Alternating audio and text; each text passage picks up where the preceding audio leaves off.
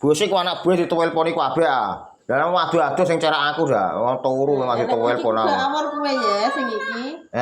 Sing kene iki mek. Ya dak ora aku ah. Lah kowe dak sing bolet ratakan ngono. Maksudnya dak aku ditelepon ah di apa ya aku melu nututi iku padha ya Mbak padha. Melu nututi ya. Nek kan sing anak buah kan do adu-adu kabeh ah. Bener ya napa mesti takon lah ya. Nggih.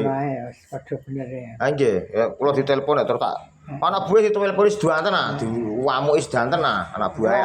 Ya ning ngene le ya. Iku lagi ora sing duwe, ngono.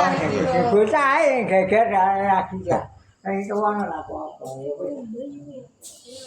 Wes iki tak terangno mae wong iki lho wong sing duwe nang kene wes. Ya terang. Wah yo Mbah do anak buah mah teleponi kabeh ah disowaneni kabeh. Lah posisi lek bar timbalan nek foto ngantuk dah. Iya. Wajar terus ketot ta ketut karo bender-bender liyane. Ngoten. Apa-apa ya ngono. Nggih pun anak ngoten pareng nggih. Ya kowe ya kangelan ora apa-apa. Nggih mboten napa-napa.